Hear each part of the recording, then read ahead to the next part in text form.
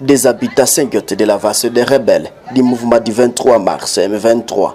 Les centres de Monsissi dans les territoires portant le même nom, situés à environ 80 km de Goma, seraient tombés sous le contrôle du M23 l'après-midi de ce samedi 4 janvier 2025, après plusieurs jours de violents affrontements avec les forces armées de la République démocratique du Congo et FARDC.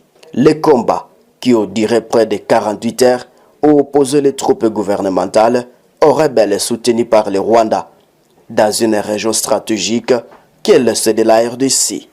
Selon des sources locales et des rapports concordants parvenus à l'agence France Presse, les rebelles ont réussi à s'embarrer de Monsissi Centre et carrefour commercial et administratif majeur du territoire.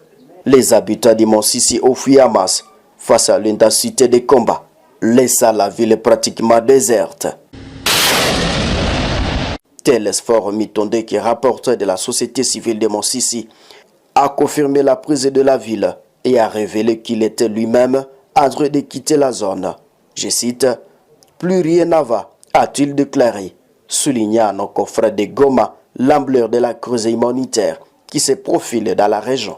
Tout est parti des affrontements, des attaques lancées par les terroristes rwandais RDF sous leur étiquette M23 sur différentes lignes de front en territoire de Monsissi depuis hier, qui en tout cas est un axe qui a connu des affrontements très atroces, des affrontements très acharnés, des attaques des terroristes rwandais sur les positions FARDC et Wazalendo, Kaira, et ces affrontements aussi ont déséquilibré en tout cas toute l'opinion sur cette partie, et que ce matin l'ennemi a préféré reprendre les assauts sur différentes positions de FARDC et de Wazalendo, certainement à travers différentes lignes de front.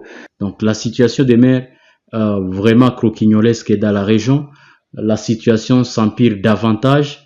Les sangs des peuples congolais ne cessent de couler tout le jour qui passe.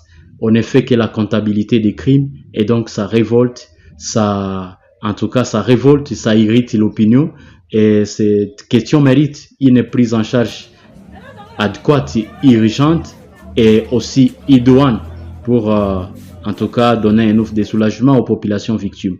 Plusieurs milliers de Congolais, encore une fois, renvoyés dans un déplacement forcé vers des destinations diverses, aussi causant donc ou alourdissant la calamité humanitaire, c'est-à-dire un chaos humanitaire, une catastrophe naturelle déjà